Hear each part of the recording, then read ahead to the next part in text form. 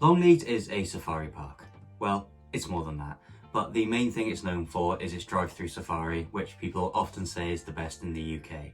So that begs the questions, what's so good about it and what can you see there? And in this video, I'm going to go through what you can see on foot, which includes an animal that is very unusual to see close up, the funny reason why this animal causes issues, and an animal that can't be seen anywhere else in England. And if you're really specific, anywhere else in Europe. What you can see on the boat, which includes the island made famous by Nico and his TV, and the ridiculous noise sea lions make that is meant to be a roar.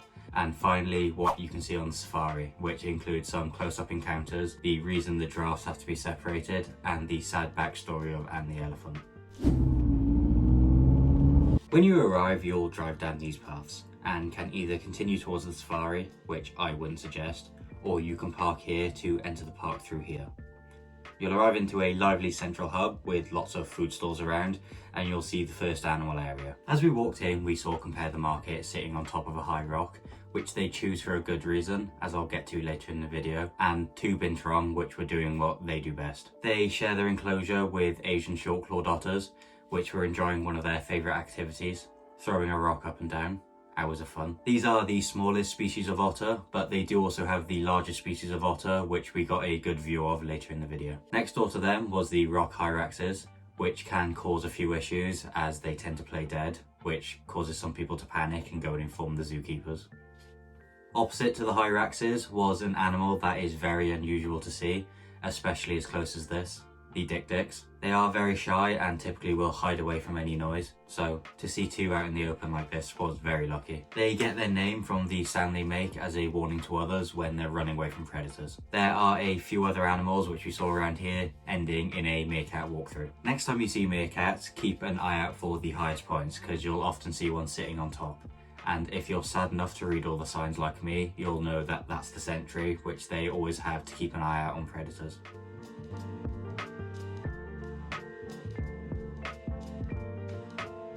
Hippos are very dangerous and territorial animals, responsible for around 500 deaths a year. So when I saw that the boat safari had hippos freely swimming around the lake, I did wonder how that was going to work. We waited for around 15 minutes and got a glimpse of what is the original panda next to the queue line before taking off towards the famous island. Very quickly, if you're enjoying the video, it would help out a lot if you could hit the like button. There used to be a gorilla called Nico who lived on this island, who came over from Switzerland in the 1980s. When he arrived, he showed signs of boredom, so he was given a TV for entertainment, which he ended up keeping right up until his death in 2018 at the age of 56, one of the oldest gorillas in the world at that point. The island now hosts a group of Colobus monkeys, which you can see running around as you pass. As we approached the island, the speaker pointed us towards a spot where we could catch a small glimpse of the hippos. Turns out at this time of the year, the water is too cold, so they don't spend much time in it, making them quite difficult to see. Never mind, there was still plenty of animals ahead. Sadly, around a week before I'm filming this, one of the hippos at the park passed away at the age of 49.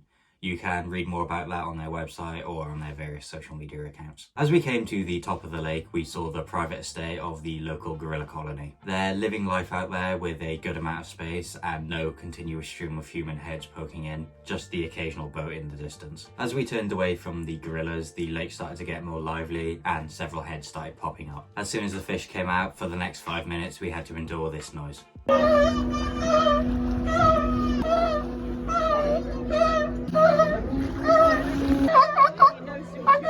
You can micropay to feed the sea lions, but I gave it a miss and just focused on not dropping my phone as everyone else fed them. They do warn you not to tease the sea lions as they can leap out to head height, so that's something to bear in mind. Overall, the boat safari took around 15 to 20 minutes, and I'd definitely say it's something worth doing while you're there.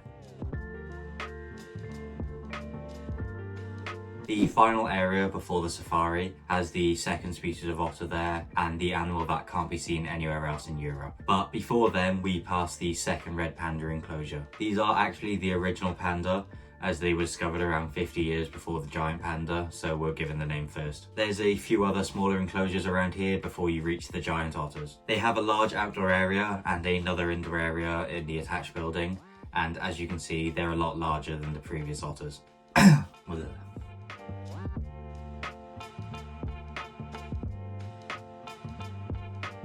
There's some dispute among scientists as to whether northern and southern koalas count as different subspecies or not, as southern koalas are typically larger and darker in colour. Either way, Longleat is the only place in Europe where you can see southern koalas. They are part of an initiative to support research and raise funds for koala conservation, and recently a new baby koala was born at the park for the first time. There's a few different enclosures, both in and outdoors, and there's plenty of signs around telling you about all the koalas and all the work that they're doing there. They do mostly just sit around eating eucalyptus leaves and then sleeping for 18 hours a day, so they have the energy to fight off all the toxins in eucalyptus leaves. We then wrapped up this area by seeing the last few animals and headed towards the safari. Both the on-foot areas are definitely worth visiting. They have good open enclosures, some good theming, and a lot of interesting animals. And that only continues when you get on the safari. First, just a quick mention of some of the things we missed in the park. You can do a tour of the house. There's a few hedge mazes, there's a farmyard, and there's quite a few different kids areas.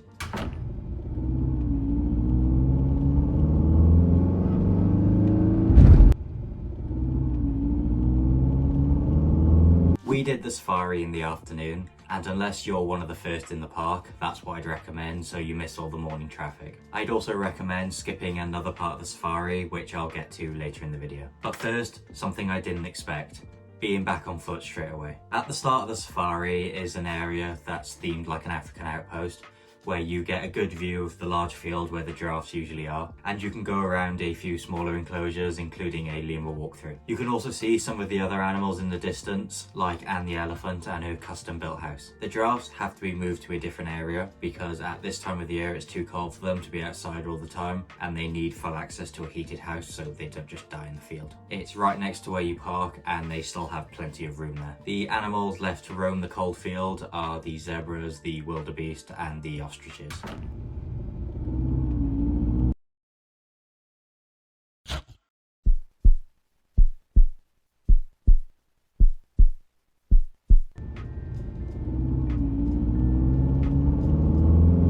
Now, we're coming to the part which I know is like a rite of passage, but I definitely think it's worth skipping: the monkey drive-through. There's ultimately only one animal to see in there, which you can see from outside it anyway, so the benefit to sitting in boring traffic ratio doesn't work for me, but I can see why people want to do it. Anne the elephant came to Longleat in 2011, having spent her whole life in the circus. They don't know her exact age, but they believe it to be somewhere in the 60s, even 70s. Very old for an Asian elephant. Due to her old age and life in the circus, she has developed several health issues, and now lives in a custom-built house which has everything an old elephant could need. We got a glimpse of her in the distance, but as we came closer, she'd gone back inside, so we didn't get much of a close-up view. There's a few more animals in this part before you reach the deer park, some colourful antelopes and a creepy-looking bird, to then end the safari with the carnivore section. When you enter the deer park, you can pay to feed the deer at the start, and further down there's some different species there. After leaving, we saw the white rhino, who I don't think was getting enough attention because of all the elens and bongos weaving through the traffic. There was also this creepy looking bird that I'd never seen before, called a secretary bird, which is named after British 1800s secretaries. The downside to doing the safari in the afternoon is that you're likely to see a game of sleeping lions, as this is the time where they get some of their 16 hours in. We didn't get a good view of the cheetahs, and the hyenas were nowhere to be seen, but we did get a good view of the comfortable looking tigers and the pack of European grey wolves. That leaves the African lions. They had 3 groups there that were all separate from each other, and even though they were all sleeping, they were quite close to the road, so we did manage to get quite a good view of all of them. Overall, I think Longleat is a really good park with lots of interesting animals and a really good safari. Is it the best? Well, I haven't been to them all, so I don't know, but it is definitely one worth visiting. If you like this video, then check out my zoo vlogs playlist on the left, my left, for all of the other zoos I've visited.